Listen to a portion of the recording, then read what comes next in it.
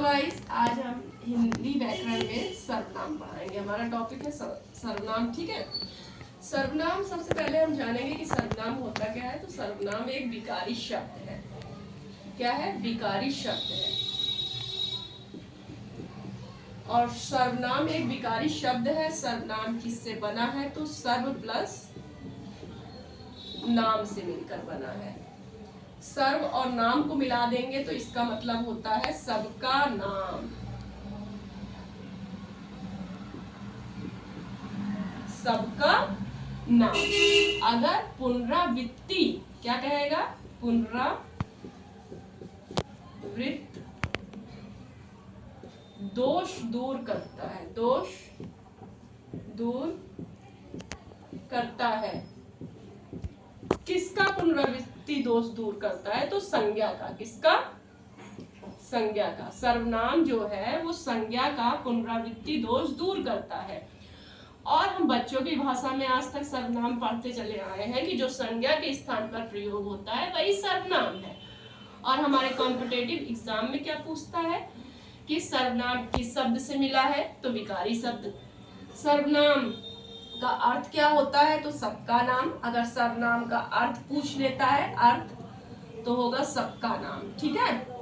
और किसके दोष को दूर करता है? तो पुनरावृत्ति दोष को दूर कौन करता है? किसके पुनरावृत्ति दोष को दूर करता है? तो संज्ञा के पुनरावृत्ति दोष को दूर करता है।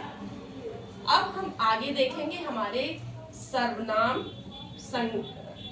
सर्वनाम जो है हमारे हिंदी में। सर्वनाम हिंदी में कितने प्रकार के होते हैं? हिंदी में प्रकार। सर्वनाम का जो है हिंदी में प्रकार, तो कुल होते हैं 11 सर्वनाम। कितने?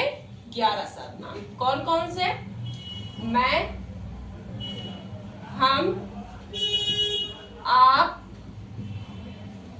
यह, वह, जो, सो,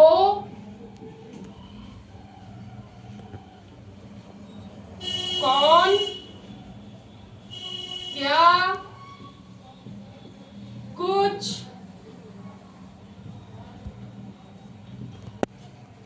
कहाँ। ठीक है। 11 हो गए। देखिए 1 2 3 4 5 6 7 8 9 10 11। ठीक है। अब हम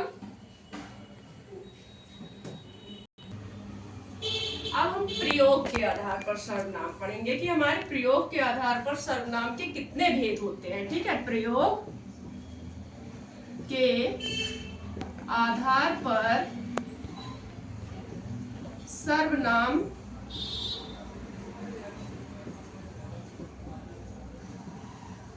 के भेद 6 होते हैं। कितने? 6।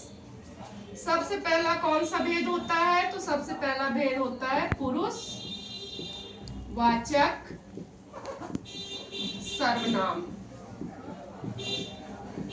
पुरुषवाचक सर्वनाम भी 3 प्रकार का होता है।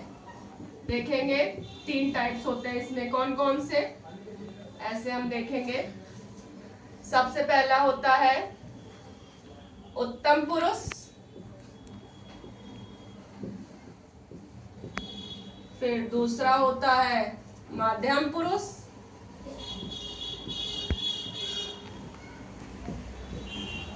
फिर तीसरा होता है अन्य पुरुष। अन्य पुरुष।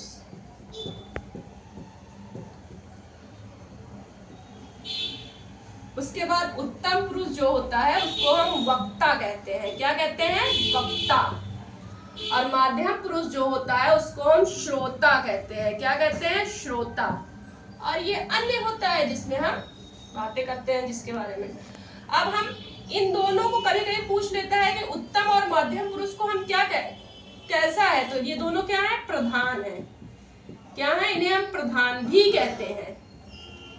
इसमें आ जाता है मैं, हम। ठीक है। इसमें आ जाता है तू, तुम, आप। इसमें आ जाता है ये, वे। ठीक है। अब हम बात करेंगे इनके एग्जाम्पल्स की। जैसे हमने कहा कुछ उत्तम पुरुष के एग्जाम्पल हम एक देते हैं, माध्यम पुरुष के देते हैं और अन्य पुरुष के देते हैं। जैसे कहा मैंने, हम आज ताजमहल देखने जाएंगे या हम आज ताजमहल देखने गए। तो जो हमने हम का प्रयोग किया वो है कि हमें उत्तम पुरुष की पहचान बताएगा। हम आपके एग्जाम्पल्स को लिखेंगे नहीं बट मुंह से बोलकर बताएंगे। माध्यम पुरुष वो होता है, जैसे हमने कहा कि आप भला तो जग भला। देखिए इसमें आप आया हुआ है ना, तो आप पहचान क्या है, आप। फिर हम तीसरे पुरुष में कहेंगे कि वे भ्रष्टाचार के प्रबल विरोधी हैं। अन्य पुरुष में आ जाएगा कि वे भ्रष्टाचार के प्रबल विरोधी हैं, तो उसमें वे आ जाएगा। तो वे से हमें पहचान होगा कि अन्य पुरुष है। ठीक है, एग्जाम्पल लिखने में हमें बहुत टाइम लग जाएगा, इसलिए हमने आपको बोल के बता दिया। आप हमारी वीडियो को देखेंगे तब आपको ज्यादा अच्छे से कॉन्सेप्ट क्लियर होगा। अब हम दूसरा टाइप देखेंगे। दूसरा टाइप है हमारा निजवाचक। क्या है, निजवाचक। निजवाचक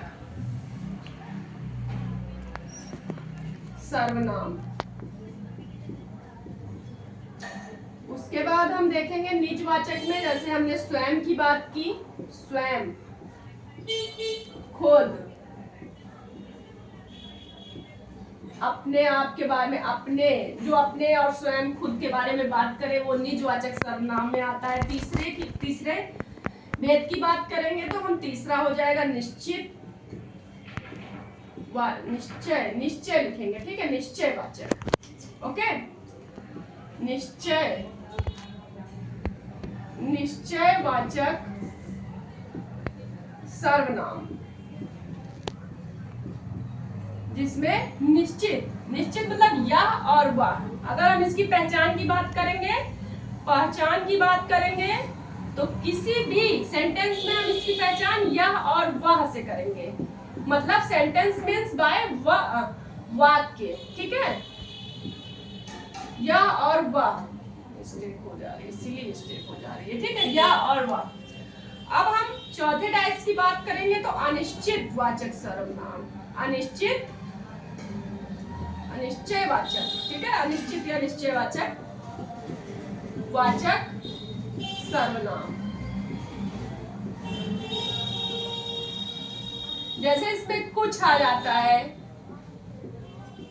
क्या आ जाता, कुछ आ जाता है और क्या, ऐसा कुछ और भी आ जाते हैं। ठीक है, अब हम पांचवे की बात करेंगे तो पांचवा हमारा होता है प्रश्नवाचक, प्रश्नवाचक सर्वनाम। प्रश्नवाचक सर्वनाम जिसमें हम क्वेश्चन पूछते हैं, मतलब प्रश्न पूछते हैं। जैसे क्या, कहां,